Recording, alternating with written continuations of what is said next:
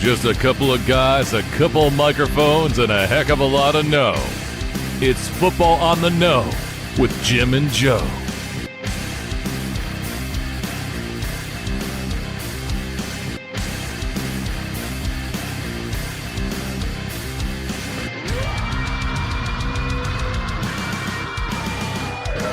What they say, it's not the X's and the O's, it's the Jimmys and the Joes. All right, what's going on, everybody? Welcome to another episode of Football on the Know. I am Jim McPhee, and alongside of me is Mr. Joe DeCapita. What's going on, Know-It-Alls? Welcome back for another edition of Football on the Know Show. We got an exciting episode for you guys. We're going to break down redo some Madden re-ratings that we always do every single year. And also, we're going to start to talk about some of these divisions. So we're going to get into the AFC and the NFC North to start off with and continue as we lead up to the opening kickoff of the season. But welcome. Thank you guys so much for tuning in to our show. Thanks to all our sponsors. Thanks to everybody out there, especially our OG know-it-alls that are out there. Thank you guys for all the support. And to become a member of this fine establishment, to become a know-it-all, it's very simple to do. Head over to YouTube, hit that subscribe button to let you guys know when we go live. As well, hit that notification bell, let you guys know when we go live. You can also join us on Facebook, become a member, become a know-it-all. That's what it's all about. And anywhere you get your podcasts, take us with you to work, to the house, just to listen to. Anywhere you get your iTunes, your Spotify, you name it, it's there. Hit the follow button. Yeah, absolutely, Joe. And we got started last week with the Hall of Fame game. We started with the Browns and the Jets. We got to see a little bit of some of these young guys going forward, and I'm excited for a whole nother season here, Joe. It's going to be different. There's a lot of different players switching from different teams and stuff like that. We get to see it. And there's still even some interesting free agents out there that I'm interested to see who might still sign with some of these other teams that might be desperate because you know what happens in training camps now too. A lot of these people come up with bum legs here and there, injuries here and there. I know the Bengals had a bit of a scare here with Joe Burrow, with him having that non-contact injury with the knee, but it looks like he's going to end up being okay for the season here. So a little scare for them, but we're excited to break down the divisions here that we have. We're going to start off with the AFC North, then we'll move on to the NFC North, but the first team we're going to roll with here is the Baltimore Ravens, Joe. Let's break down the Ravens a little bit. Let's take a look at their roster, and which is always stacked. It's funny when we do these shows. We always take a look at these rosters, and the Baltimore Ravens always pops up as when we looked at needs and wants and blah blah blah. That is one of the teams that we're like, man, they don't really need a whole lot. They just know how to draft. They know how to do it all and everything. The interesting about this organization is that even when they are like just about to like have a few gaping holes through the roster or maybe some weak links in the roster, they seem to always get it right. They seem to always replenish those needs and kind of re-up and get ready for the season and not miss a beat. So this is one of those few organizations that just do it and do it very well. LL Cool J. Yeah, I like that, it. huh? And somebody who does it and does it well, it's my man Mike Tackett. That's right. What's going on, Mike? Oh, yeah. He says the true know-it-all is drink Raise Energy. Absolutely. Especially if you get it from Rep Sports and use our promo code Raise Them Up to save yourself some money, too, as well. And, yeah, absolutely. Maybe even the Baltimore Ravens drink Raise Energy, too, with what they've got going on and what they've been doing. They should. But, yeah, I mean, they're always a contender here. And, what's funny is when we thought they might have lost something on some of the wide receiver situations here from last year, they go and they retool here and move forward now with it. It's kind of funny too. It's almost like before when Lamar was like, hey, I need somebody, some more weapons, and they never listened. And, they had Roman, who is their, offensive coordinator, Greg Roman, who was trying to get it together here, trying to get it's running all around Lamar Jackson and get them running the football around here or there. It seems like all of a sudden they get rid of this guy, and then they're like, let's get some weapons. Let's get some OBJ and things like that to try and help out Lamar Jackson. And we had that little bit of a stalemate in the offseason, too, whether he was like, I'm just, going to remove myself from the Ravens and I'm not even coming back. I'm not doing this, but, re-signs the bigger deal with them and maybe has, some more weapons here, and Odell Beckham Jr. trying to join on to make a push to maybe get a ring this time. Yeah, I mean, the one thing is the media was making us go crazy thinking that Lamar wanted out, wanted to be done, wanted to move on, but that was never the case. The case was that secretly he was just biding his time, waiting for them to come to reason and to get a deal done, and they did that. So, crisis alleviated. We don't have to worry about that anymore. He is the Baltimore Ravens quarterback for the future.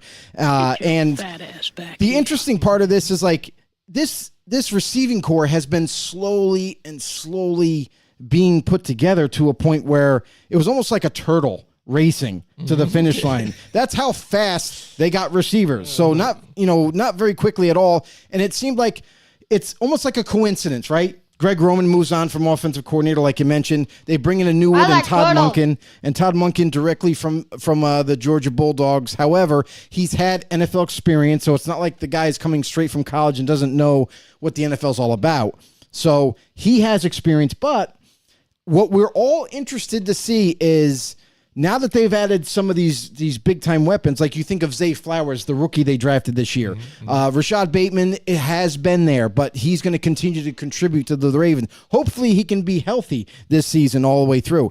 Nelson Aguilar was an interesting signing, a guy that's known as a speedster for them, a guy who definitely has the hands and the route-running capabilities. Odell Beckham, the cream of the crop of this free agency for Baltimore.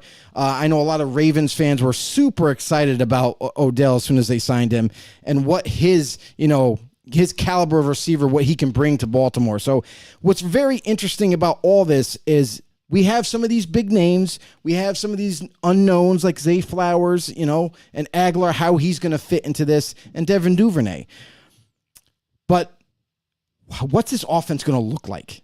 Like, that's the bottom line. Everyone is going to assume that it's going to go back to the normal thing like Greg Roman kind of had, where they ran a lot of run option plays. They ran a lot.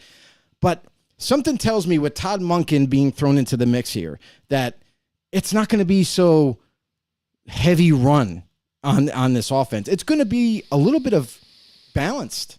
It's going to be a lot more, especially with all these receivers now that you have at your disposal. Monken's going to come in here, make this more of a balanced offense, and in turn, it might end up, we might see Lamar Jackson take another step in his quarterback development. Like, we joke around and say, well, he's still developing, but he's made strides. But now here's where we're going to see some proof of how much he's made strides, because now there's no more excuse of, well, you don't have the receiving core. Well, some guys went down with injuries, so we had to run more. You know what I mean? Now we're not going to have to rely on just Mark Andrews. We're gonna definitely throw it to Mark Andrews a lot, but we have a rookie in Zay Flowers who's a speed demon. We got Odell Beckham, who's just an outright playmaker. Rashad Bateman coming into his own as a receiver, and then on. So I think this offense is going to be a little bit more exciting to watch because, yes, it's a little bit of the unknown for Baltimore this year, but also a lot of excitement because offensively, they always have a stout offensive line. Now they got the receiving core. They have running backs, a plethora of running backs that they can use. So overall, this offense is looking pretty good for this upcoming season. Yeah, absolutely. And you said it completely. What's it going to look like? They do have some more weapons here, so you would think that they would maybe try and change to be a little more balanced here, not put so much even on Lamar Jackson because, again, you want to try and keep him as healthy as possible, especially with the investment that you put into him.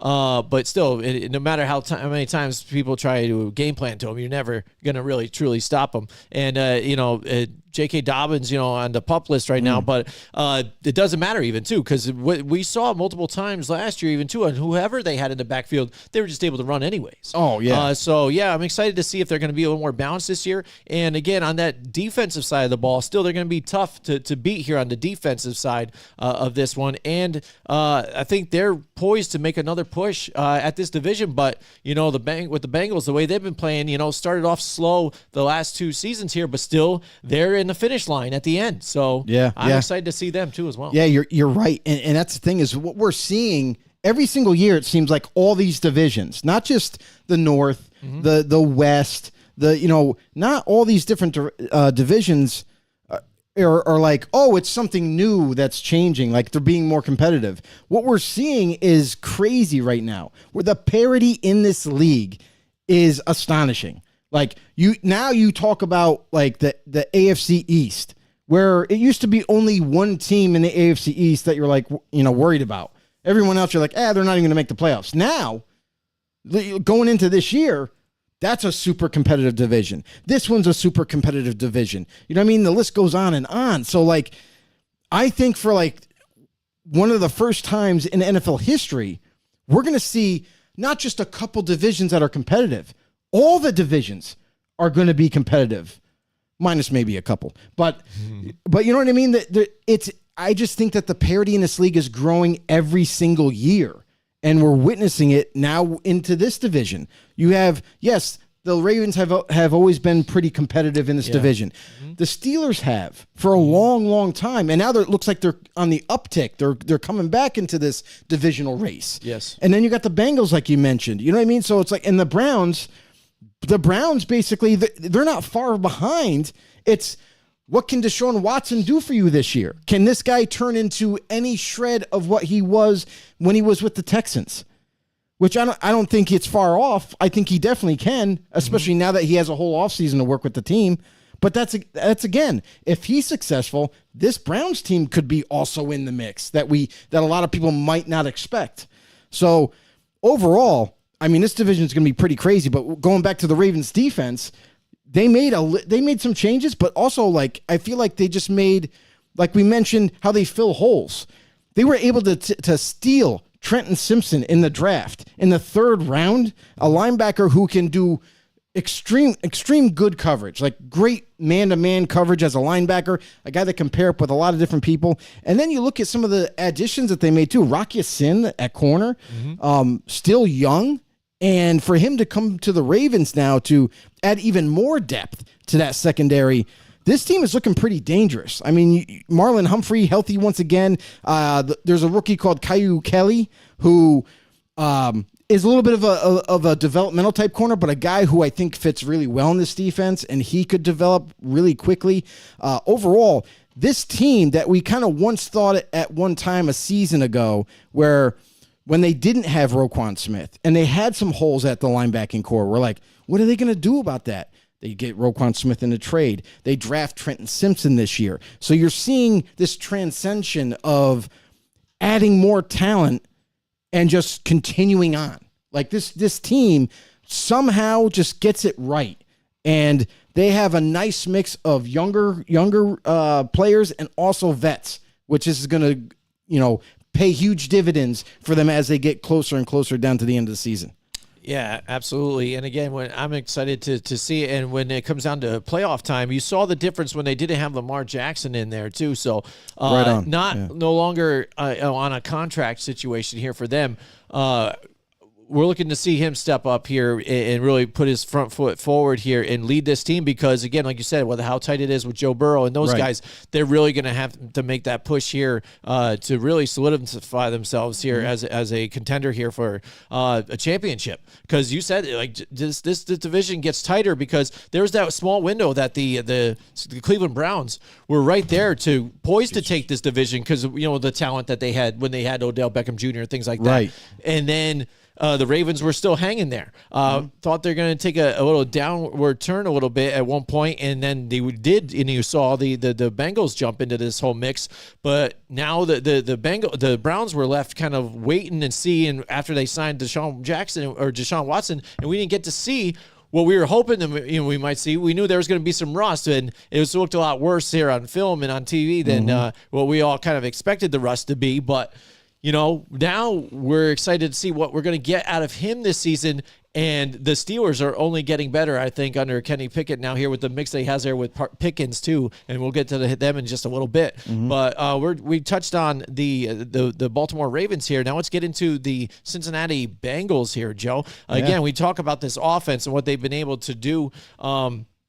I think Joe Mixon, since Joe Burrow has been there and Jamar Chase, it seems like Joe Mixon's career has almost got revitalized too. All of a sudden he's come back into the spotlight. I think he's been overshadowed a little bit there at times and really come out to the forefront. And this team making a really tough playoff push at an early stage. Like we saw what they did in the additions that they made to kind of be like a force to be reckoned with that kind of shined a little quicker than I thought would get there. And, now they're here, now they're ready. And Joe Burrow has shown now that he's one of the top elite quarterbacks in this league right there with your other gunslinger young guys and Justin Herbert and Patrick Mahomes. Yeah, and the Bengals, for them, what was the biggest criticism? Let's back up a season ago. They made some additions to the offensive line, and but as they got down to the end of the season into the playoffs, they were a little banged up. They were missing out on La'el Collins. He got injured, so they were missing a key cog on that in that tackle spot. And now, let's fast forward to right this second. It looks like they're going to be moving on from La'el Collins. They end up obtaining Orlando Brown Jr., a huge addition via free agency, a guy that they put at not right tackle, but left tackle. And whose job was that before is Jonah Williams. They drafted him to be their left tackle. And the interesting scenario of that is that Jonah Williams didn't even want to move. He was like, no, that's my position. Yep. But it's when he requested a trade too, didn't he? Like when that happened? Very, very early on, that was a thing, and then it kind of died off. It just went away. So they must have convinced Jonah to at least try playing right tackle for them. And Orlando Brown is now their left tackle. They seem confident in that move and moving Jonah to the right side, and that leaves La'el Collins out.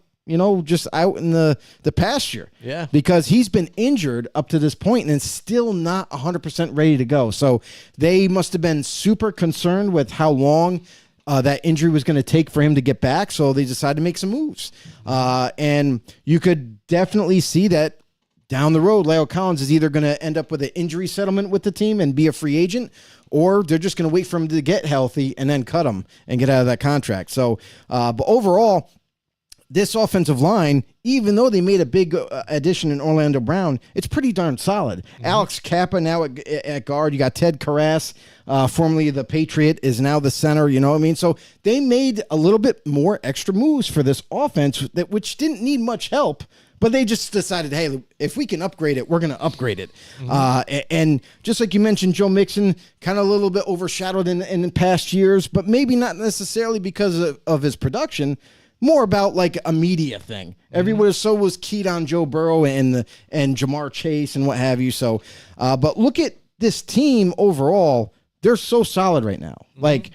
Offensive line wise, receiving wise, they gave a 3-year extension to T. Higgins a year ago. They added some rookies that could potentially maybe develop into at least rotational players, if not starters. Andre Iosivas and Charlie Jones. Yeah. So those guys are kind of guys that they really do like, and they think that they could develop them even better. I like what they do, too, even almost like tight end by committee every year, too. They kind of rotate to different tight ends here, and by them grabbing Irv Smith Jr., too. Well, they still haven't found their guy. Yeah. But it's funny, even though it would seem like even with when they had, whatchamacallit, that went to the Jets, was it Uzoma. CJ Uzoma. Yeah, CJ Uzoma looked pretty good, and then all of a sudden, hey, we'll let him walk, and then they grabbed somebody else, and then, I thought he was going to stay, and then now you got Irv Smith Jr., so again, maybe they just haven't found the right guy, but I thought they did last year, and maybe they just feel comfortable moving in a guy, but again, I think it's a nice move for them to grab Irv Smith Jr. here. I mean, for the Uzoma thing was a money thing. They didn't want to pay him the money he wanted, so that's why he ends up going to free agency. So, okay, we'll move on from CJ. We'll find someone else, and maybe we're even given a chance. It could be like a tight end rotational room. It could be a 3-headed monster. You know what I mean? With Drew Sample and Irv Smith Jr. Irv Smith Jr., by the way, hasn't really been given a true shot in this league. He was drafted by the Vikings, but I thought he had a lot of promise as a receiving threat. Maybe the Cincinnati Bengals see the same thing in him, and they're going to give him more of a shot here in Cincinnati. Other than that, I mean, you look at their defense, and this is another team, much like Baltimore, that doesn't have a tremendous, amount of needs. And with this team, you look at Ted Hendricks screaming off the edge to create pressure. DJ Reader in the inside, creating havoc up the middle. I mean, there's a lot to like with this team. And it just seems like, much like Baltimore, they seem to keep adding talent here and there, just enough to keep them in the running. Absolutely. Shout out to our man, Paul Matty in the house, who is from Playa Linda Beach, Florida again, saying hello from Playa Linda Beach. What's you going drinking on, Paul? tonight here, Paul? You know, what do you got? What do you got? Everybody know that, too. Everybody drinking out there. You know, let us know what you got in your drink right now, you know, chilling with us. Let us know in the comments, too, absolutely. What do you guys think about some of these teams here? What do you think about the AFC North division? We will be talking about the NFC North in just a little bit. And even give a shout-out about your team, too. Let us know, you know, what your team is out there, too, and what you think so far in training camps and what you think moving forward into the season, what you're excited about. But, yeah, like you said, you know, adding, you know, little weapons here, too, as well. And just, you know, they were showing themselves as a pretty good defense in the last couple seasons, too, for what they had. You know, but they don't have Jesse Bates anymore. But, No. I mean, that was their big deal, you know, a year or so There's a ago reason- when and they there's- had to go through that whole, you know, franchise tag with them. And there's a reason for that. They decided to, because they didn't want to pay him that big time money, you know, that he was looking for. But they already drafted a player a year prior in Dax Hill that could replace him. So it's like they were thinking ahead of the game before they even got to those negotiations. And then you look at a couple of the rookies that they basically stole in this draft. A guy in DJ Turner, who I viewed as like my second best corner coming out in this draft. He ended up getting taken in the second round. Miles Murphy, a stud in the first round. A lot of people liked him. I was a little bit hesitant on him just because I see too many similarities with another former Clemson DN. And Jordan Battle at safety from Alabama. This is a guy who I think has tremendous development looking forward. I think this is definitely a future starter for them, a guy that's more of an in-the-box safety, but could learn the coverage game at the next level. But other than that, I mean, they're pretty solid all the way around. Logan Wilson signs another extension, so he's going to be staying there as their middle linebacker. A lot to be excited about with this Bengals defense and the offense that goes with it. Absolutely. Yeah, like I said, last year, 7th-ranked offense, 6th-ranked defense. So, I mean, looking to keep it tight here this year as well.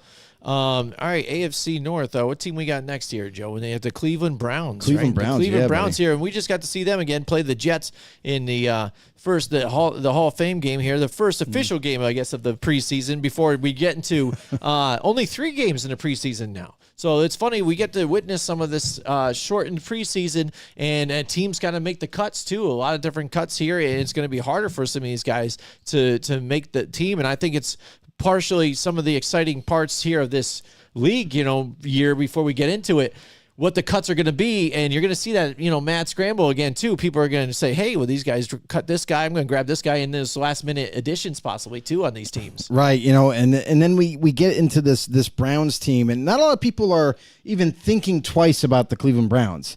And I feel like it's partial of it. Part of it is the Deshaun Watson season he had last year, how he served a little bit of a suspension, came back, but he looked so rusty. It was like the first time he picked up and threw a football in a long, long time. So you saw a lot of rust that was built up on that arm, and he's trying to shake it off.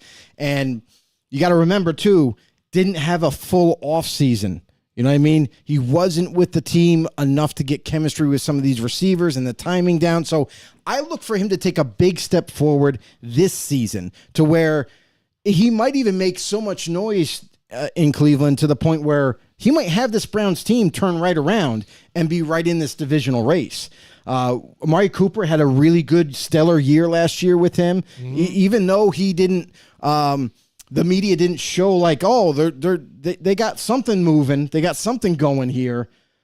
They didn't show that enough, but all they showed was like, well, Watson fumbled again. Oh, Watson threw a pick. You know what I mean? They showed all the negatives. Yeah, they do but not the narrative positives they wanted to paint. Right. And so you have Cooper here. They're gaining chemistry. You know, Donovan Peoples-Jones was injured last year as well, but he's looking to come back healthy and become more of a important part of this offense. And the big thing is Elijah Moore, the trade for Elijah Moore to come over from the Jets, a very promising young prospect for this team. I think he's going to work wonders in the slot for this offense. He's going to open this offense up to help guys like Amari Cooper and Donovan to get more catches, to get more yards, more touchdowns even. And then a rookie they drafted in Cedric Tillman, very interesting prospect, a guy who's a developmental receiver but looks the part. And they also added a veteran receiver in Marquise Goodwin. We know he's known for speed, so hopefully we don't have to see too much of him, and we see some of these younger guys. But overall, this offense, solid offensive line, as always.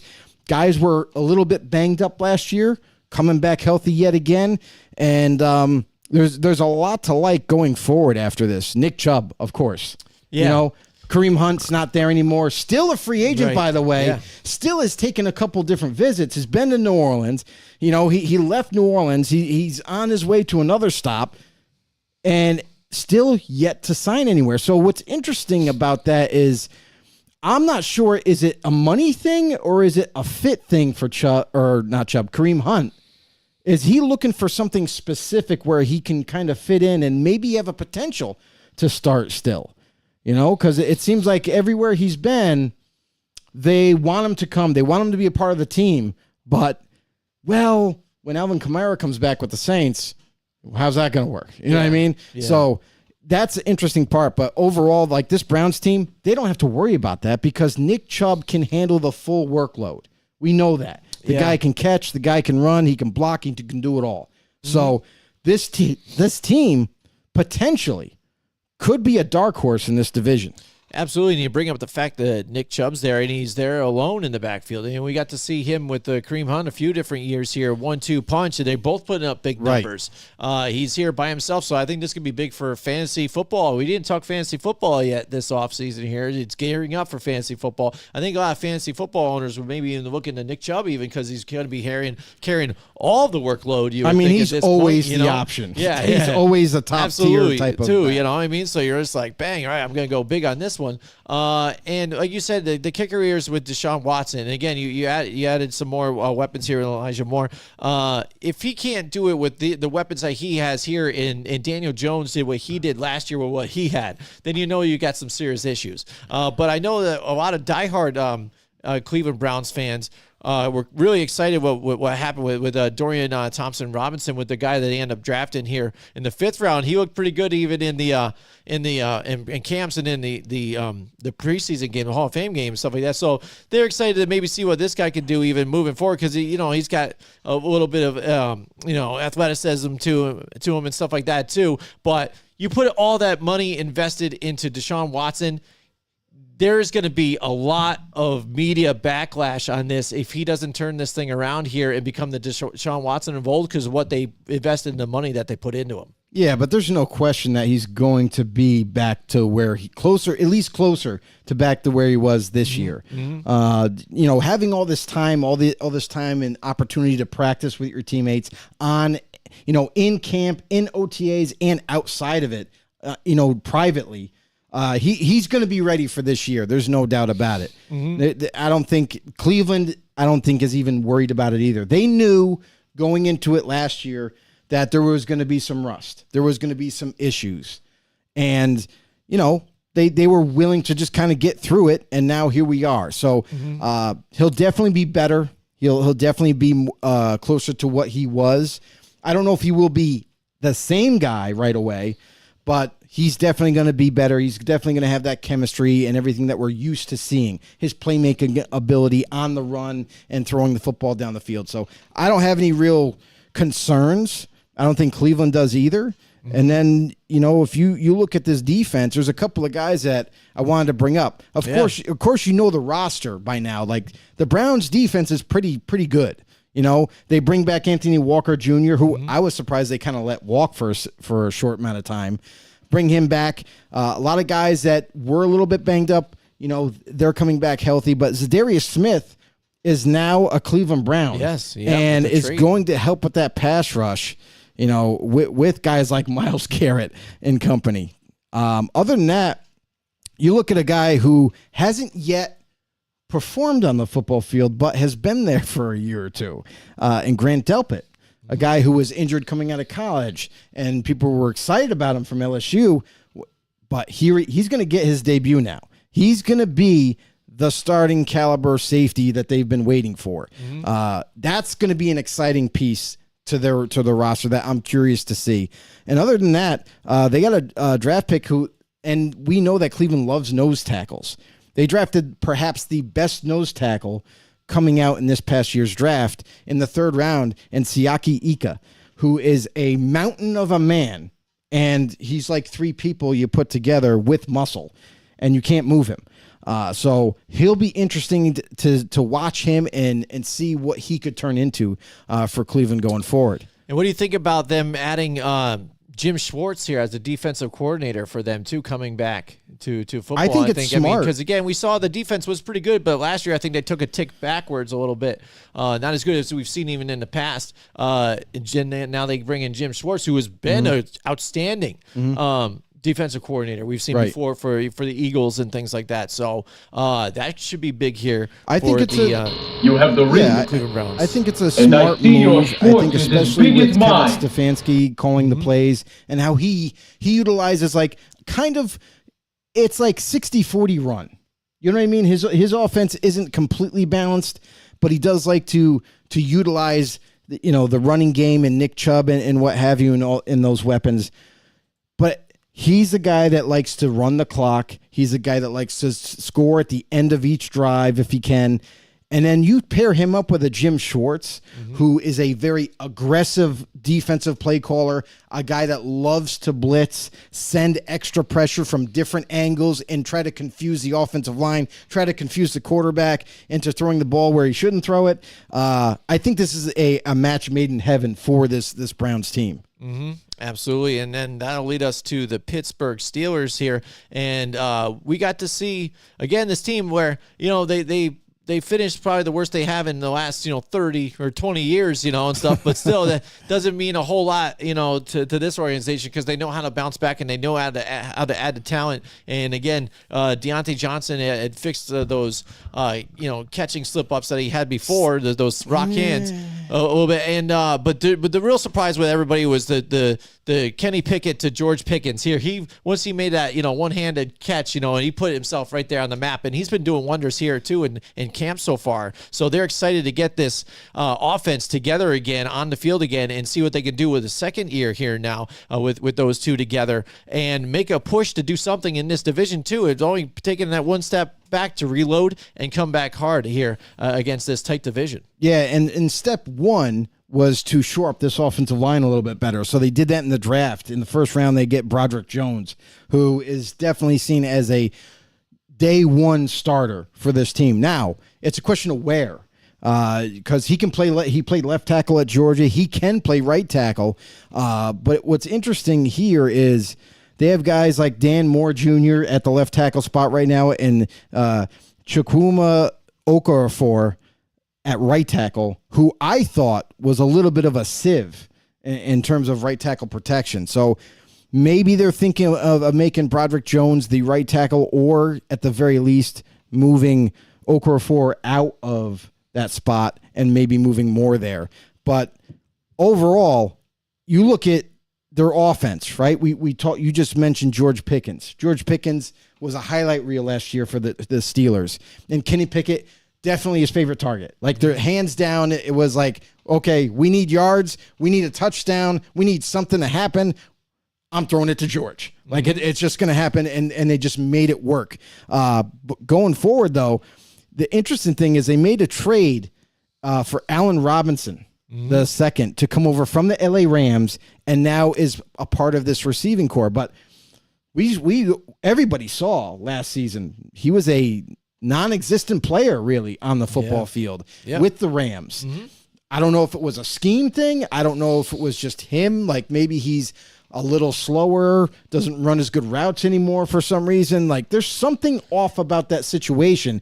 Now he's in a new environment. He's with a new team, new offense. Let's see if he can kind of, rehash his career, start it back up in Pittsburgh. Yeah, I know what you're saying, because again, watching it at times, it seemed like he couldn't get separation on some things, but then also it just didn't seem like he was involved in the play at all. Like, they're like, oh, we're just not going to look his way anyways. You know what I mean? So, Matthew Stafford was just like, yeah, no, I'm not going to go there. So, yeah, I thought that was kind of interesting too to look at, because again, when he was at it, you're like, all right, that's a cool mix. See what he could do. Replacing Bobby Woods over there, for a while. So see what he can do, and really didn't do a whole lot.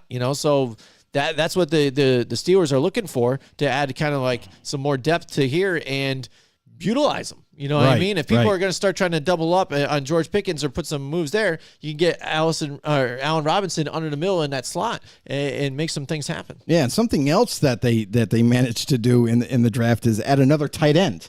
They already had Pat Freiermuth, who's been dynamite for them. You know what I mean? Critical moments. He's been able to make some plays and everything. Giant tight end. They added another stud of a tight end, a giant, in Darnell Washington from Georgia, a guy who's like 6'7", and is just a towering menace, a guy that's fast for his size. But the big concern in the draft was his knees. Some teams were shying away because, well, we don't really know his, longevity with his knees. He's had some issues with that. We're going to stay away from him. Pittsburgh's like, well, that's okay. We'll take him later on. We'll take him in the third round and pair him up. And now we have potentially two guys that are going to be mismatches, at the tight end position for them. And then, of course, you got Najee Harris is back again with Jalen Warren, a guy who took over the reins, so to speak, when Harris was missing some games, and picked up right where he left off. Did an admirable job there. So also to note, Mitch Trubisky is still in the league, and he is the backup of Kenny Pickett now. Yes, that's right. Yep. And then looking at that defense again, drafting Keanu Benton here for the nose tackle position, and they've always been running that 3-4 linebacker situation here for them for the longest time. This defense has been pretty good too, but they add Devontae KZ too to this mix. So I think they're a little long in the tooth, I think, in the secondary a little bit, but he's decent enough to be back there. But Patrick Peterson, again, a little older. I'm not really excited about the secondary here on them side. Aside from Minkah Fitzpatrick, who's been pretty good since they did all that whole lot. There's good news, Jim. So. When you have Minkah and you have Patrick Peterson, who fits this defense really well, played a similar defense in Minnesota, so he comes over. Yeah, he's a little older long in the tooth and all that, but he can still get it done. We've still seen him being able to do that. But Levi Wallace coming over from Buffalo, that's a huge addition. So I think their secondary, they had to kind of maybe bandage some holes here, but I think they're going to be just fine. And of course you're going to be fine when you have the likes of pass rushers TJ Watt and Alex Highsmith, guys that scream off the edge, coming after quarterbacks, stuffing run plays before they even happen. So when you have that kind of pass rush, you don't really have to have a stellar secondary. They got a good one, but they don't need it. So that's exciting. And you brought up Keanu Benton. I wanted to touch up on him a little bit because coming out of the draft, I had him as one of my kind of sleeper nose tackles, a guy who did everything well as a D tackle / nose at Wisconsin, and is extremely, and I mean extremely strong, just like the Hulk.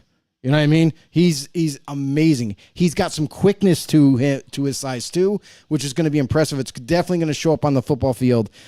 So watch out for him to see what his progression is as a Steeler. Yeah, absolutely. So there you go. There's what. Other thing is late addition. Quan Alexander found a home with the Steelers. So a guy who's going to also kind of get into the mix, especially after he learns the defense. He could be another starter just slapped right into place. Yep, absolutely. There you go. There's the AFC North. Now we're going to change gears over to the NFC North here and talk about the Chicago Bears here. Again, looked like they were just trying to unload on people, and we didn't really bring up, the fact that Roquan Smith was with the Ravens and stuff like that. And did we? Yeah. All right. And it was Don't worry, I got you. You got you covered. Yep. And that was kind of a funny, mix. Again, he was disgruntled, didn't want to be in Chicago anymore, so they started dumping a bunch of people, but then that's when they started finding their way and actually getting some wins here, and we saw a different team out of these guys. So I'm excited to see what we're going to see for another year of the Chicago Bears here. But they had a pretty good draft and offseason as well. So, I mean, exciting things for the Bears. Now we don't have Aaron Rodgers in that division anymore. Right. I think anything can happen now the way it is. I mean, absolutely. You know, when you don't have Rodgers in Green Bay anymore, things change. Yes. You know, and the other thing, you know, but Lions very competitive this year. They're going to be one of those teams that are going to also be competing for the leader of this division. Chicago is as well. You think about the trade that they pulled off in the draft. They got tons of draft picks in exchange. They got a number 1 wide receiver in TJ Moore to add to this team to help out a guy like Justin Fields, who didn't have hardly anything last year. Like, he had the likes of Chase Claypool, who came over in a trade. Yeah. But Chase Claypool, you know, has got tremendous size, but is seen more of a possession guy, not a playmaker guy. Yeah. So it's not going to make a huge difference. I hope that Chicago utilizes him in the slot. I really, really hope that they do. Darnell Mooney, kind of like their only bright spot last year, a guy that was looking to kind of make a name for himself last season, but struggled a little bit because the offense struggled. The offensive line was pretty bad. You know, nobody really did a good job pass protecting for Justin Fields. Well, that's why we saw him run so much last year. Right. So, I mean, and Mooney is kind of, they made it like he had to be asked upon to be that number 1 guy on his own. You know what I mean? I mean, he was coming into his own before that. Yeah, 2 years I know, ago is when he was starting to make a name for himself. But offensive line-wise, you know, they like some of their players that they have coming back, but they also, I mean, tremendous job in the draft because they executed it the right way. Darnell Wright out of Tennessee coming out of this draft was, at the time, with the 23rd pick in the first round, you don't pass him up. It's impossible to pass up an offensive lineman of his caliber up right there. So Chicago needing it, they add it along with guys like Nate Davis, who they can kind of help out with the protection. And then also Cole Kmet in his second year signs an extension. You know, they love what he's been able to do so far. And a guy who's just another giant tight end that they can, you know, if they need to, like a security blanket, get the ball to him, get a few yards, move the chains, that sort of thing. But another interesting thing, too, that happened is there's no more Montgomery in the backfield. They've moved on from David Montgomery. And Khalil Herbert, the speedster, takes over that role at number 1 and also pairs him up with Deontay Foreman, formerly of the Panthers, who was a starter for Carolina and did pretty darn well after McCaffrey got traded. So overall, this team is looking solid. It's looking nice. Now they got to put it all together on game day. Yeah, absolutely. And then even having Robert Tonyan there for another tight end, too, on the other spot, too. I'm a guy that killed you with Aaron Rodgers, too, on your team now. So that's a cool addition, too, I think, that they added to that offensive side of the ball. But yeah, absolutely. You know, they're looking to try to make a push here in a division that could be a bit tighter, but everyone's darlings, the Detroit Lions, you know, are the team to watch, you know, for them. But again, like as we brought up last year, the fact that, you know, the team was not going anywhere. The defense was ranked 32nd overall in the league. They needed to make some changes here. They used some of those to get the picks and get better.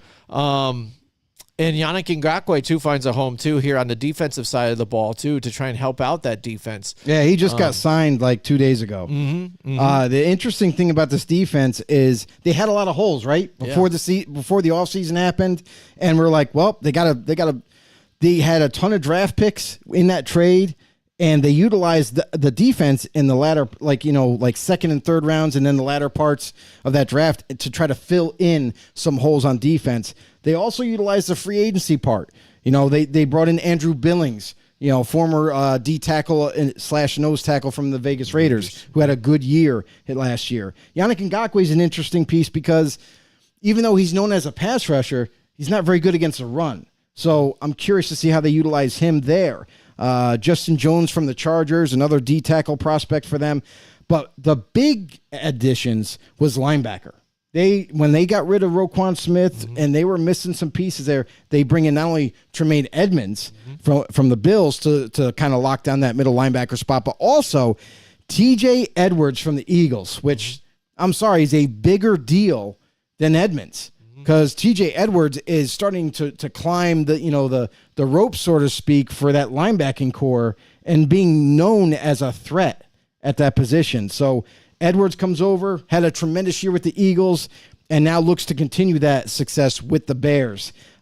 Also, other guys that are going to look to step up is Jaquan Brisker from the safety, now coming into his second year for the Bears. And an interesting couple of corners they drafted. Tyreek Stevenson from Miami and Terrell Smith from Minnesota. Those guys I absolutely loved when I was scouting. I thought that they're developmental type corners, but Stevenson is more apt to start right away. He's ready. He's close to being ready to go, where Smith might need a little bit more development. But overall, when you look at some of the draft picks they made later on and some of the guys that they have, like I mentioned, in corners, this team, long term, they could have themselves like 4 or 5 starting caliber type players as they progress. Absolutely. And like I said before here, the Detroit Lions here, a lot of people are liking them. We're going to move to them next year in the NFC North. Again, came on strong again. Still didn't do enough to make the playoffs, but they were able to make spoiler. Looking to make a step forward with everything that they did. They drafted tight end of Sam Laporta here in the second round. They have Marvin Jones here to add on to the wide receivers too. And just another year together with this team, who it seems like they're like, they're almost like that, Bad News Bears kind of like almost sense, kind of like you started off kind of rough, but then all of a sudden all these guys from a mix of different teams moved together. Everybody gave up on Jared Goff, and now he's there and he's putting up, like, I think in the first half of the season, I think he had some of the best, quarterback rating and things like that, and accuracy of what he was doing, and still not even noticed, so it's going unnoticed and unfazed by a lot of different people. And then they started gathering some wins together here and making it happen. And you talked about that guy in David Montgomery. He finds a spot here as the running back for the Detroit Lions here. And they also drafted Jahmyr Gibbs here in the first round of this year's draft too. So going in a different direction at the running back situation here to add to this offense. And they also, you talk about on the defensive side of the ball, Jack Campbell too, on top of, the mix of studs that they had with Aiden Hutchinson last year's guy. I mean, overall, a good balanced team here to make a push in its division that does no longer have an Aaron Rodgers, and where Minnesota Vikings is almost on that ticking clock right now. I mean, the Minnesota Vikings have been on the ticking clock for the last 3 years, and they still haven't gotten it done. So I feel like the Vikings, even though they're usually competitive and everything, they're another team that's on the downturn. They still have Kirk Cousins at quarterback. They still have a chance. And he gives them a chance. It's just that they always seem to come up short. But for the Lions, they're going on another direction. They're going upward. They're trending towards the top of this division. And it started 2 years ago, where Dan Campbell coming in as this, no nonsense type of head coach, a guy that's very, he's a former football player. He can kind of, get along with the players in the locker room and everything, and grow and teach and just like no nonsense, gets in your face when you screw up, like that old school mentality as a head coach. Kind of woke this city up, woke up this organization and said, hey, we're going to do things a little differently here. We're not going to play backseat to all these other teams in this division. We're looking to come and compete and get better and eventually win this division. And you're seeing this team grow from 2 years ago to now. They've added talent in free agency. They've added talent in every single draft. And they are definitely becoming more of a solid team. This upcoming year could be the year where they prove everybody wrong. And not just because Rodgers is not in the division anymore. Even if Rodgers was in Green Bay, still, that Green Bay team is nothing like the Green Bay teams of old with Rodgers. So this is a Lions team that continually gets better for the last 2 years. And now, where we're at right this second, they have the same kind of chemistry with Amon-Ra St. Brown, with Marvin Jones returning again, Josh Reynolds being part of this, this rotation. And they also end up picking up Denzel Mims, former Jet, which is interesting to me because he didn't really do anything with New York. So do they think that maybe they can untap some potential here? Maybe. And Jameson Williams, another guy who they drafted a couple years ago and hasn't played yet because of injury.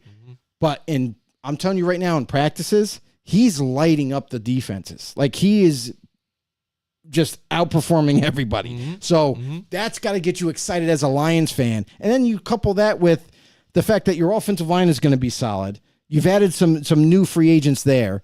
You brought up Sam Laporta, a guy who's going to give them more of a stable position there, a guy that can do everything extremely well. And then, by the way, David Montgomery left the Bears. He went to Detroit. So he looks to be the guy there with Jahmyr Gibbs, who is a absolute speed demon. And then you look at the overall this offense. You think about it. Last year, you touched on it a little bit, but last year, halfway through the season, they were the number one offense in the league. The league, not their division, the league. So when you improve on what you did last year with weapons, what's to say, like, they're going to be even better this year in terms of scoring, in terms of drives. So the offense looks very promising. I'm pretty excited about it as just a straight up NFL fan. And then you touched on Jack Campbell on the defense. Jack Campbell, mind you, Detroit Lions fans, if you don't know anything about this kid, coming out of the draft, he was my number one linebacker. And this guy is a generational talent. He's not the fastest dude on the football field. He's not the quickest guy or whatever. But what he is a genius of a linebacker, a guy that can see plays before they even happen. He's always in the right spot. He's 6'5", 250, and moves like a freaking deer. Like, the guy is like a Greek god out there with football pads. So I know you're going to be happy with him. And then you just put that together with the guys that you've already have on this roster, and it's going to look pretty darn good. I mean, what's to be upset about here? Their secondary got better. You look at C.J. Gardner-Johnson, who hung out there in free agency forever. Yeah, right. Are you kidding me? Nobody signed this guy before Detroit got their hands on him, and now it just overall they are getting better every single year, and that makes this team dangerous.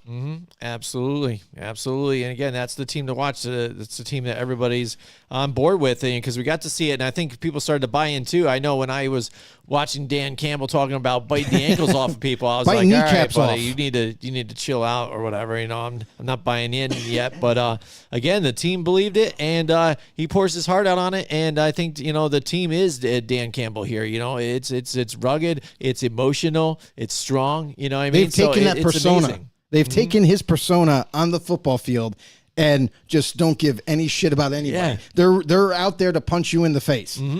Absolutely. All right, moving on to the Green Bay Packers again.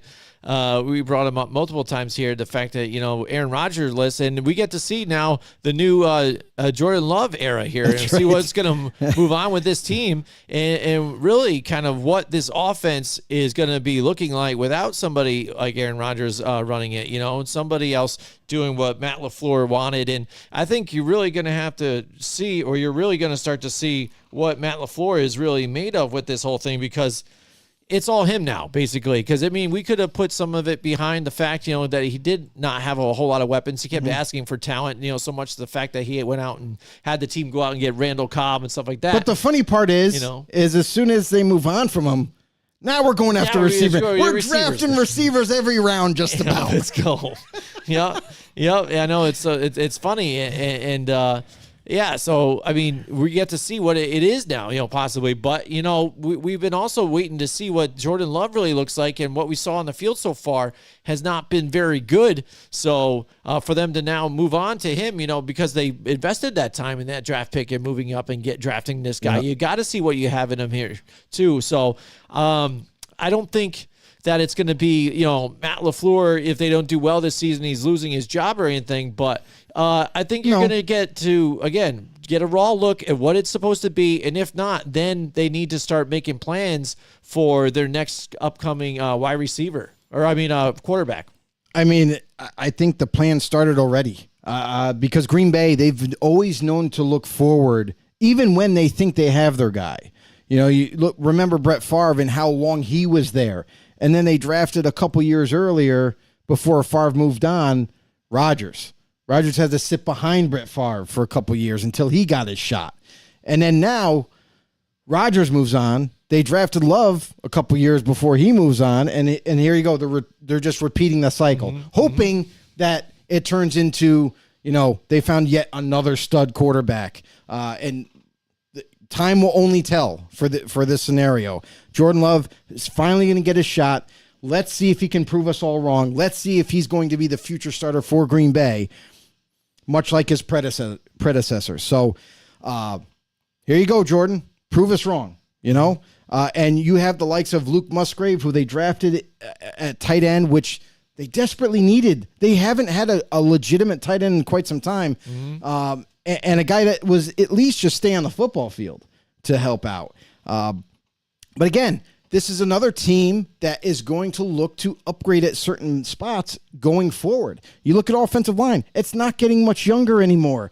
Guys like David Bakhtiari are at the end of their careers, and we've seen him get injuries a ton of times the past couple of seasons, to where it's almost like he's every year it's a half a season just about that he's playing. Yeah, he's last of the dying breed for that offensive line right now. Not only that, I mean, you look at some of these other guys like, Zach Tom, who, I'm sorry, he's not a name that strikes fear into my heart. Well, yeah. At the right tackle position. So it's like this team is almost like they're behind the eight ball, so to speak, right now. Like Jordan Love, you don't really know what you have in the guy. You've seen glimpses of him doing well. You've also seen glimpses of him doing poorly. But going forward into this season, this is not a team where I think, as a fan anyway, for the Packers, some fans are elated that Love is starting right now, and probably because of the unknown factor. But I'm sorry, you're not ready to win right now. You don't know what you have in Love. You got an aging offensive line that constantly is getting injured. Yeah, now you might have a receiving core that you can utilize, but if you don't have time to get rid of the ball, if that's an issue, if you can't run the ball with guys like Aaron Jones and A.J. Dillon looking to come back strong, then this offense could stop before it even starts. Right, yeah. I think that's got to be your game plan at this point. The little bit of ground and pound here to try and help keep this offense balanced. And then to be able to run the type of offense I think that he wants to do, run off of play action and things like that to get Jordan Love out into some space and maybe hit it to some of these wide receivers like Christian Watson, who looks bad, in the beginning and stuff, but then started to reel it in a little bit. Oh, he was amazing. Get some things down. So it was pretty good to see him move forward with them. But again, like you said, drafting multiple wide receivers, including Jaden Reed. But it's a laundry list. It's kind of funny. Yeah, they just went crazy with it. But yeah, I mean, trying to move forward again, it's got to be growing pains for them. I'm just wondering if they're going to be any sort of competitive in this, division at all. I mean, I think every team is competitive in their own right, but when you're missing some pieces that you need to be, to at least be a contender for the division, then that's what's going to hold you back. And right now, I mean, early indication right now is that their offensive line, if they get hurt, which we've seen them get hurt the past couple of years, that's going to dramatically change this offense and dramatically hinder it as well. Defensively, let's focus on some positives here for the Green Bay Packers. Defensively, they've always been pretty solid. They have some different players now. Luke Van Ness, rookie who they drafted in the first round, who they're hoping that can be that pass rusher for them. A guy who's extremely tall, lanky, chiseled. Like, the guy is super strong, but needs to learn a lot more pass rush moves at the next level in order for him to be a full-time type of starter. We've seen limited time. Now, remind you that his time at Iowa University, he only played his senior year. or no, he was a junior. So usually what happens at Iowa, they have a rule where only all the seniors will start no matter what. And he's a junior, even though he was probably the best man to put out there. Yeah. He was in rotation. Yeah. And believe it or not, was leading the team in sacks. Yeah. Like, it was incredible. So that guy is going to be, something positive to look forward to, along with Carl Brooks that they got in late in the draft, who is a developmental pass rusher as well. Other than that, like, their linebacking core is still solid. They're still going to attack that position. Jair Alexander, shutdown corner. What can you say? A guy that deserves, this is something that I feel like some corners that deserve the hype don't get, and other corners like Trayvon Diggs. Yeah. He gets this crown. Yep. Like, we're going to crown Diggs as one of the shutdown corners. Actually, Jair Alexander is a shutdown corner. He's legit. He deserves the hype. So, Jair Alexander, you are the man. There you go. And it's funny, it's because when you talk about Madden ratings, I had gone through the corners and stuff like that, and it's funny to think what Madden thinks of some of these guys. Too, oh, as well. yeah, I bet. I bet. And then, and then I just wanted to touch on real quick, Keyshawn Nixon. He was the man at returning footballs last season. Went to the Pro Bowl for it. He's yet again there. Rashawn Gary got injured last year, but showed a lot of promise. I mean, the guy has really transformed himself from his college career into the pros and changed positions. Was a D end at Michigan and is now a stand-up linebacker rushing off the edge. So good job by Green Bay identifying his attributes and utilizing it, and for him putting in the hard work. Another dude I want to touch on real quick is Darnell Savage, the safety for Green Bay, a guy who, again, doesn't get enough praise. This guy is all over the football field. He's contesting everything. Like, there's not much that gets by him. So overall, this defense, even though they've looked to kind of bring in some youth from the draft, hopefully they can develop them to make them a little bit more of an impact this season. But overall, this is a team where they're younger, but in some positions they're older that they still need to upgrade. Looking forward to the next offseason. Yep, and then next up we've got the Minnesota Vikings here, a team that we've been talking about, and the reason we talk about these guys with, again, their time's running out. If I look here quick at the last, we'll say 8 seasons or whatever, but okay, they finished first in the division, then second, third, second, first, third, first. You know what I mean? And that's all, Zimmer and now O'Connell and stuff like that. They've been there, but they lost in the wild card. They lost in the conference, lost in the division, lost in the wild card last year again. Could not get it done. So much of the fact that even too, that people are really focused on Kirk Cousins too, and he's not a prime guy, big game winner like they say about the Dak Prescott or even the Dallas Cowboys. A lot of times, there's got this Andy Dalton thing about them, that they say, oh, you just can't do it and can't get it done. And it's true to a certain an extent because they have had really solid teams, and on paper looks good, and in the season looks good, great records, and just can't finish the deal here. And like we've talked about now with contracts expiring soon, things like that. Kirk Cousins there for so long, they haven't gotten to the championship game. Since before they traded for him, you know what I mean? So that's what they invested all their money into. You know what I'm saying? And it hasn't paid off for them. And I think it's funny too. Now I've watched that season with the quarterbacks, on Netflix and stuff like that. And I think his story is really interesting to watch, and it's really telling with the quarterbacks in different stages of their career, and Kirk Cousins and how some people are almost viewed by the media and even fans, but when they don't get to see all the day-to-day stuff that you go through and things, the hard work that they put into as well, it gets kind of overshadowed. Because he even said before in the series that he goes, it's funny because people think I'm not this primetime game winner or something like that. He goes, I got like a trophy room full of these game balls from Sunday Night Football and everything else. He's like, I thought I was doing good. I mean, or else I wouldn't have the balls, right? Yeah, and that's the thing is Kirk Cousins has taken a lot of heat throughout his whole career too. Like whether it was when he was in Washington and, everyone had that he coined the phrase, "You like that?" You know what I mean? After a huge win over an opponent, he's always taken heat no matter where he's been throughout his whole career. But here's the bottom line. Is Kirk Cousins he's a starting caliber quarterback that can win you some games. But there are the critical games that you have to win or critical moments that he doesn't show up for. And that's kind of where all the negativity comes from with him is he's got the Andy Dalton label where he's good enough to have them in contention. He's good enough to have them in a playoff run. But he's not good enough to go any farther than that. Something always falls apart. Something happens where he makes a mistake. He throws an interception. It changes the outcome of the game. And all the blame is on him yet again. And the other aspect of this, too, is he does such a good job of keeping this team competitive, almost to a fault where when the draft comes, they never pick high.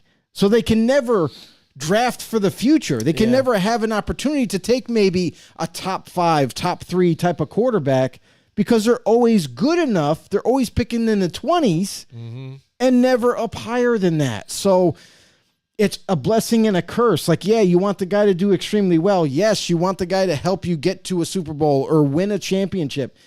But he's just not the answer. And yes, he's done a good job, but he just also hasn't been the guy to get them over the hump. And that's kind of where all the hate comes from on Kirk Cousins. So for him, for the Vikings going forward, I don't think it's going to get any better. Like I feel that Kirk Cousins is going to keep them competitive. They're going to obviously push for the division again because it is open. The Packers, I feel like, are going to slide to the bottom for the first time in I don't know how many years because of a lot of unknown, because of we don't know how good Jordan Love can be. We don't know long-term this season. Can he stay healthy? Can he do the job at a high level and keep this team afloat in some form or fashion? Whereas the Vikings, they're going to be better than the Packers, I feel like. They're definitely a veteran-type team. They're a competitive team. They're always in the running. But again, they're going to do just well enough to compete, maybe for the division, maybe make a wild card or something like that. But then, in the end, fail again. And guess what? This next draft, you're picking way too low. You're going to have to make a big move. You're going to have to do something crazy like Atlanta did back when they traded up for Julio Jones. You're going to have to do that to get a quarterback of the future. Yeah, and like you said, they've made some different changes here, too. They've drafted Jordan Addison here on the first round this year's draft. So they were able to get him, another wide receiver here, to help out because, again, they decided to move on from an Adam Thielen and stuff like that. He was getting older. He's goes 32. Was it the Carolina Panthers? And he thinks they're a contender for the Super Bowl. Well, isn't that hilarious? He's like, oh, well, I'm not on Minnesota anymore, so... Nah, Carolina's going to be the one. The destination. We have a rookie quarterback, and we're going all the way. Yeah, we're going all the way. Yeah. I But making headlines when they decide to, remove Dalvin Cook from their whole existence and things like that, and say, that's a big Alexander change. Madison here at the backfield. And let's talk about that because that's a humongous change. Like Dalvin Cook out of the backfield struck so much fear into defenses that they had to always have their eyes on him where he was going to be in the backfield, whether it be behind Kirk, whether it be he's flanking out for a pass. You always had to be aware where that guy was going to be. Yeah. You never wanted him with the ball in his hands in open field because he killed you on it. But now you don't have that playmaker ability. You have Alexander Madison, who has been... He's shown flashes, but he's no Dalvin Cook. Right. He's not a guy who is going to just... juke you out of your shoes and make a big long run for a touchdown. He is more of a power back style type of back, a guy that can catch out of the backfield, but again, he's not super elusive. He's going to try to look to run you over and try to outrun you if he can around the corner, but that's about it. Not a guy that's going to kind of change your offense like Dalvin Cook did. So That to me is yet another hurdle that Minnesota's going to have to get over with this offense, with it being changed, because you have one of the best receivers in football in Justin Jefferson. Mm-hmm. You drafted Jordan Addison, who you're hoping can be a lightning bug in the slot for you. Yeah. And KJ Osborne, who's been this journeyman receiver for Minnesota, got some opportunity last year, got banged up a little bit, looks to return and looks to return strong. So you might potentially have a sleeper type receiving core here that you could do something with. But other than that, like, your offensive line needs to stay healthy for once. Mm-hmm. And that's kind of been a big knock on them, as they haven't been able to. And TJ Hawkinson in the trade from Detroit, which we all thought was weird. Yeah. We're like, why would Detroit move on from a young, talented tight end out of nowhere? We're like, oh yeah, they don't use him. Yeah. Like, maybe that's why they come to their senses, but like, oh, let's get rid of him.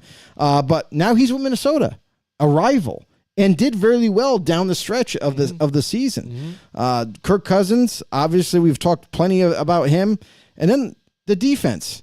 The defense is going through some changes too. Yeah, absolutely. Not just the offense, the defense. There's a lot of new names on Minnesota defense. Jordan Hicks, including with Brian Flores being the defensive coordinator here. Right. You know what I mean? Yeah. So I think that's amazing from that point, because that defense, again, where we'd known them to be fairly good last year, was only 28th ranked in the NFL. Yeah, the one thing I'll say is, like, Brian Flores, like, that hiring as a defensive coordinator is going to work wonders for this team. Mm-hmm. Yes, they're going to have to go through the learning curve of learning a new defense yet again with some new players, and there's going to be some bumps down the road. But if they can get close to learning most of the playbook before week 1 and understanding it to its entirety, they could make some change. They could make some big moves here. Other than that, you look at guys like, Harrison Phillips coming over from Buffalo, a stellar D lineman. They managed to land him. Marcus Davenport, formerly of the Saints, a pass rusher. Mm-hmm. Something that they are in need of. They end up grabbing him, adding him to the roster here.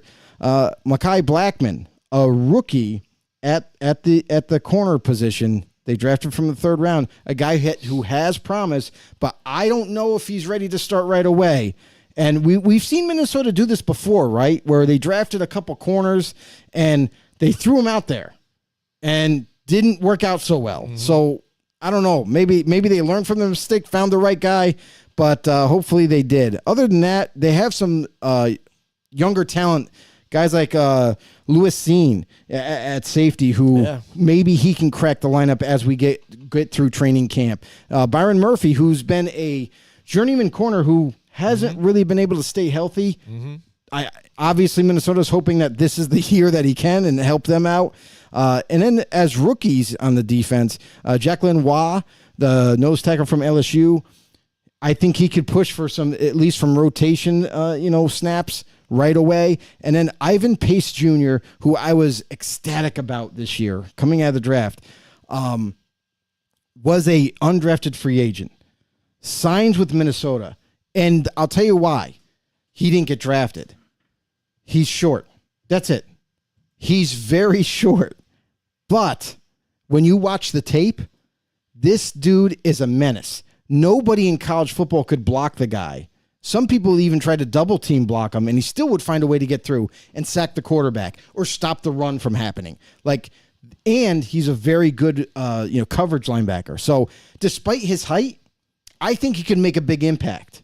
I really do. I don't care about the height. If you're a dog, you're a dog, and he is that.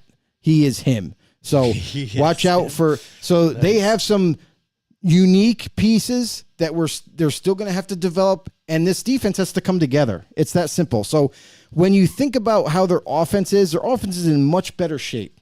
The defense has a lot of new pieces, a new defensive coordinator, a new defense to learn, which you might have to go through some extra speed bumps through the season. Mm-hmm. You might not be as crisp on the defense. And that's possibly going to hurt this team, down the road. Mm-hmm. Yeah, where absolutely. you got the Detroit Lions that are ready to go, like defense, offense, pretty solid right now. they're going to be a very hard out for that division. Yeah, absolutely. I think it's going to be probably a battle between those two teams, the Vikings and the Lions, and I'm excited to see it, unfold here. So, definitely. So yeah, there you go. That's the first section of our reviews here. For in the preseason, we've only got a few weeks here until the NFL season kicks off. That's right. It's surreal to me. I'm like, it's things that I've been waiting for so long, and all this other stuff, and then now all of a sudden it's surprisingly upon us. I'm kind of surprised by it, but. Here we go. And Exactly. geared up. Any fantasy news going on, Joe? Like you got a couple leagues moving into, Yeah, I know don't do your leagues yet. Yeah. Don't do that. That's the worst mistake you can make is drafting right now. I know a lot of teams, a lot of people do it. A lot of leagues do it out there. They like to draft early, 2 weeks, 3 weeks early, or what have you. Sometimes a month, which is insane to me, before training camp even starts. But please be patient. Try to have your leagues at the latter part of August, maybe even the weekend or Labor Day weekend, which is the week right before the season kicks off, if you can do it, because you never know. It really sucks if you drafted a running back or you drafted a receiver and then all of a sudden in training camp they injured and they're done for the year. Look at what happened to Marlon Mack a couple days ago. He signs a deal and then literally like 2-3 days later tore his ACL again. Yeah, and is now done for the year. Unfortunately for that guy, he just can't stay healthy at all. I think at this point, because of how often he's torn that every single year now, that it's time to retire. What do you think about the storyline with a few of the running backs? Even I heard Tony Pollard people were excited about getting on a fantasy team, but Bijan Robinson, I guess, was ranked like one of the top running backs in for fantasy this year. Yeah, I mean, and that's the thing. That's a risk, okay? And I'll tell you why, because any rookie is a risk. Yes. They're projecting to be the absolute starter. They're projecting to be maybe a go-to type of player for your offense. But it doesn't necessarily, spell success right away. We've seen it happen more times than not, where a promising rookie comes in, like whether it be wide receiver, he's touted as the number one guy. He's going to come in, be the go-to guy, and what have you. But usually in the first year for receiver, it doesn't really work out. Now, running back, it works out a little bit more because they get a little bit more opportunity. They get the ball a little bit more often because they're running the football. Sometimes they get into the passing game, being able to catch the football and run with it. So for Bijan Robinson and how high he was the number one overall running back taken and in the top 10, which you're not investing that kind of a pick in a player and you're not going to utilize him, of course. But in this Atlanta offense, let's think about it. Last year, what did they do really well? They ran the ball really well. They have the offensive line to do it, but they needed more weapons outside of that.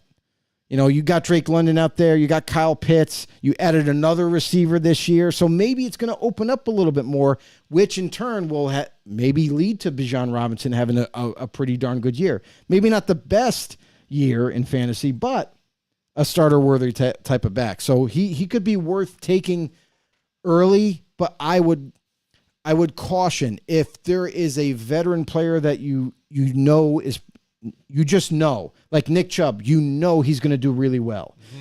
Obviously bearing an injury. Saquon Barkley, is going to do well, bearing an injury. Josh Jacobs is going to do well if he plays, bearing an injury. You know what I mean? There's certain guys that that you're going to take before a rookie, because the rookie's unproven. We really don't know. We think he's going to be just as good as those guys, but we don't know for sure. So, and we don't know how this Atlanta offense is going to be, going forward. So he's good to grab if that's a last resort. You know what I mean? Because you never know. Maybe you catch lightning in a bottle by taking him in the third round where everybody overlooked him. Yeah. You know what I mean? So there's that aspect too. But, measured caution, like kind of debate on like who's available versus him type of thing. Do you think by the time the pick gets to you and you need another running back, but you're like, there's not a whole lot left. Do I take A.J. Dillon? Do I take Bijan Robinson? Take Bijan Robinson because he's a starter. He's going to be out there. So, Yeah. And I think that's the funny thing that they're ranking him so high where I think some people, they'll believe what some of the analysts are saying. Of course Say if they he's are. the top third, like he's going to go in the first round, maybe one of the top Take picks him. for him, So Take him. yeah, I mean, it'd be interesting to look forward to, with fantasy wise, at least. So yeah, I mean, Right on. the last couple of weeks too, we've been doing the Madden ratings here, so we're going to get into that.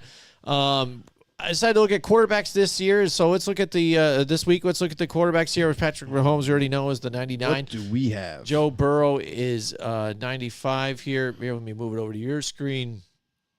And Josh Allen 94, Lamar Jackson 91. Jalen Hurts right there above Dak Prescott, I thought, and Justin Herbert, which I thought Justin Herbert, I think, gets dogged a little bit here. And Aaron Rodgers, I was surprised with how low he is in this whole mix. And then Kirk Cousins. That's too, crazy right there, to rounding me. up the top 10. So that's your top 10 right there, Joe. How is Rodgers that low?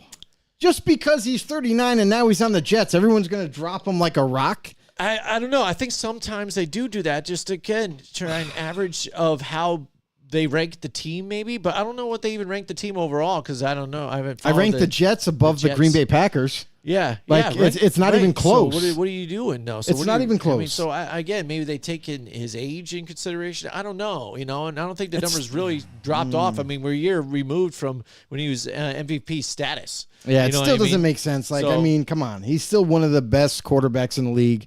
Even though he's 39 years old, still gets it done. Yep, absolutely. So here we decided to do the re-ratings, and we used the right. numbers that they gave us for the things, the attributes that matter about a quarterback, throwing, accuracy, all that stuff on the run. Even now they have breaking sack, blah, blah, blah, which we've seen. It's been terrible for a lot of people before. Here we go. So let's look at Tua's numbers. And right there, he is now in 86 Okay. on this here. I'm so okay with looking that. back of what he was before, he was 86. what was 86? No, it's where's this one? There, no, he was in 83. He was in 83 before, so he actually moves up. No, I'm okay a with little that. bit That with makes that one. sense. So That makes sense. Yeah, absolutely.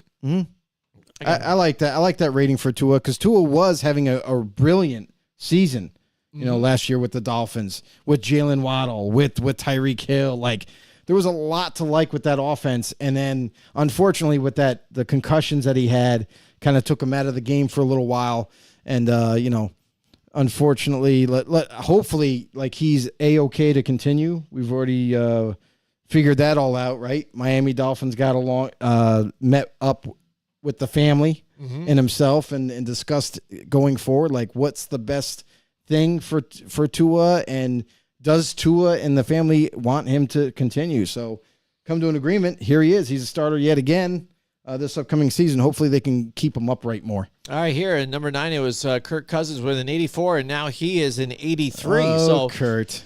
again, they think of him as That's okay with me, certain, too. Yeah, I think he's a decent quarterback. Again, is not Yep. super duper, but again, he Right. can get you to win a team, and he's accurate, and I think he does well. So I think an 83 is a good rating I think for that Kirk fits him. Cousins as I think well that too. fits him. So let's go to Aaron Rodgers, where they gave him an 87, I believe it was, Terrible. right? Or no, an 85. They gave him an 85. Terrible, bro. Joe, they gave him an Terrible. 85. But I can't. when we did the numbers, when we looked at quarterback stats and what it was, he came out to an 89, Joe. That's better. So, isn't that better? But not as good as he should be. Yeah. Like, I'm sorry. He should be in the 90s. He should be like maybe 92, 93 because of age, like, because maybe he slips off a little bit. But, man, when you look at him play still, like, look at the plays he made in Green Bay last season. They were phenomenal. Yeah. Like, he would create time somehow, and then just with a flick of the wrist, the ball goes 50 yards down the football field right into Watkins' hands. Yep. Whatever. Watson, his name is. Christian Watson, yep. Yeah, Christian Watson. Like, and it was like, holy crap, how did he throw that?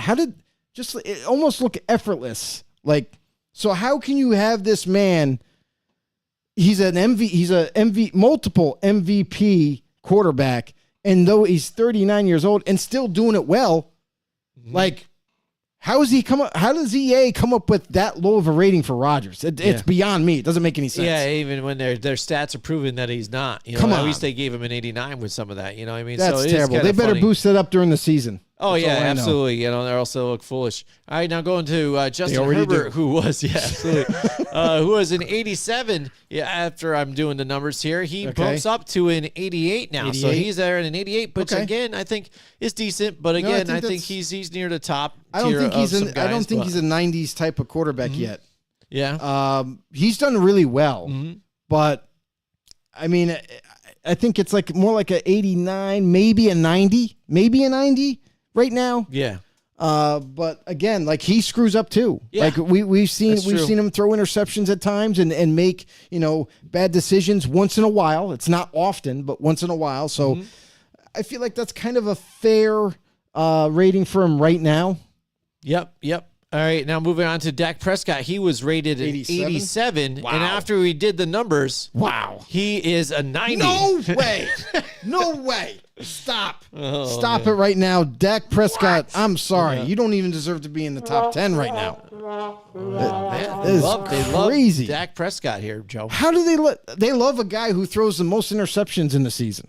That's Yeah, incredible to me. yeah. But you dog Rodgers, who didn't throw the most interceptions. Gave him an 85. So that's what I mean. You look at Aaron What's going Rodgers on and you here? look at Dak Prescott, and he's clearly a 90. Ugh, I'm sick to my and Aaron stomach. Rodgers is an 85. Like Oh, I this don't. is terrible. I don't get it. And again, it's like who's doing it? Are they EA, what are you Are they doing? pulling in any NFL analysts on this? For help?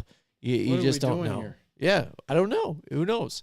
All right, so then moving on to the next one, Terrible. Jalen Hurts. They gave him an 88, and after the numbers, he's an 89. Come on. So there you go. So he's Come right on. outside of Dak Prescott right there. Jalen Hurts was shredding the league last year Yeah. as a starter. Like, give the guy some credit. He needs to be in the 90s. Come on. Yeah, if you're going Come to on, give it EA. to a bunch of guys, that, Dak did well Prescott's from got a last year and higher stuff. rating than Hurts. Stop it. Yeah. And it's funny is if you looked at the original list, Jalen Hurts was only one tick, an 88 over an 87 of Dak Prescott, so they didn't give him much more love. So again, still not getting the respect I think Terrible. that he, should really get here for being a contender with that Eagles team. Right. Obviously some of these guys still aren't sold on what he's doing over there. You know what I mean? After he's shown that he can be the leader. Guy can throw, can run, he can do everything. Which I think again in the championship game, I think he did everything he could to win that game. Oh, you know what I mean? Yeah. And He didn't lose the game for him. no, You know what he I'm absolutely did not. He played amazing. Yes. He was going to be the MVP if they won the damn game. Yeah. So. Yeah, absolutely. Wow. So, all right, moving on to Lamar Jackson now. Lamar. And he was rated a 91. Okay. And after crunching the numbers again, and this is without even the running, he's 91. rated a 91. So, I Yeah. mean, we didn't take That into makes fact sense. the fact that he's a scrambling okay with quarterback that. and all that stuff. So, I'm okay with that. That's an okay rating for Lamar. Like 91, you're in the 90s, which I think he deserves to be because of his playmaking ability. So yep. that makes sense. Yep. Okay with All that. right, now moving to Josh Allen, he was a 94. Okay. Okay, now after the crunching the numbers here, what they give him, he is a 93. Makes sense. So yeah, there you Makes go. He sense. lost a little bit of a tick there too, depending on the numbers that I'm they okay gave with him that. and what he did. I'm okay with that. That's all right for me. I'm all right. But yeah, but I think again, when we look at these, I'm looking for the more down to earth numbers. I don't think Right. anybody's a 99. That is somebody you clearly made up. That is like a Superman guy. Yeah, it's a that's club. just under 100%. They have the 99 club. That's Yes, really what it's which for. I think is dumb because then you have one guy that's a 99 and then all the rest are nowhere near that, which I, I think is mean, ridiculous because I think not with always. some of these quarterbacks, you'd probably take one of these, over a few other ones, depending on what you were. But it was course. the same way with wide receivers even too. I mean, clearly there's a great or a better one than some of them, but once you got to even some of the other ones, I think it's you would take either of them. You know what I mean? It's not that cut and dry like it kind of seems sometimes with the ratings Right. system. You know what I'm saying? Yeah. All right, so Josh Allen, he was there at 93. So now going to Joe Burrow. Ooh, Joe. He goes from a 95 to a 93. So now he and Josh Okay. Allen are tied. Cool here, Joe. right here. So Cool Joe. he lost a few ticks, on what it was. I'm okay but with the rating, though. Again, most of the ratings are more realistic now, which I agree with some of these. So I'm okay with the Patrick rating. Mahomes, finally, number one, goes from a 99 to a 95. Okay. So, again, that seems more realistic, at least to me. Again, because again, Yeah. if he's the face of the league right now with what he's been able to do, 2-time Super Bowl champion in just a few years, again, still has some flaws, I think, too. That's why, 99s are rough. I think, honestly, I think I would have Rodgers right up there with Mahomes. Yeah. I'd have him as a 94. I'd have Jalen Hurts. Let's look at the list again. I'd have Jalen Hurts as a either a 94 or 93. And I would have Burrow to stay at 93. I would have Josh Allen as, he could stay at 93. And Lamar could be a 92. That's kind of where I would be at. But Dak Prescott would not even be close to 90. No. I'm sorry. He's got to be mid-80s. He's got to be like an 85, an 84, something like that. I just can't see that. That's crazy. Right. And when I do these lists, too, I always go over the last couple just out. This is just a top 10. So I go out of the ones that are out of a little top bit 10. extra, a couple more. Yep. Trevor Lawrence was there. Geno Smith was there. Jared Goff. And then Derek Carr. And they were, again, in the 70s. 80s. I think crazy. Trevor Lawrence was an 82, 81. Geno Smith, Jared Goff was 80, and then it drops right down. Deshaun Watson is 78. What do you think about Deshaun Watson getting rated a 78? I know he had some rusty moments last year, but again, it's his first year back from a 2-year hiatus. Him to get just the rating of this guy was good. Now you just suck. I think he should be. Listen, let's put it into perspective. Let's have him be an 85. Because of what he used to be. And he had a bad year last year. So, all right, let's make him an 85.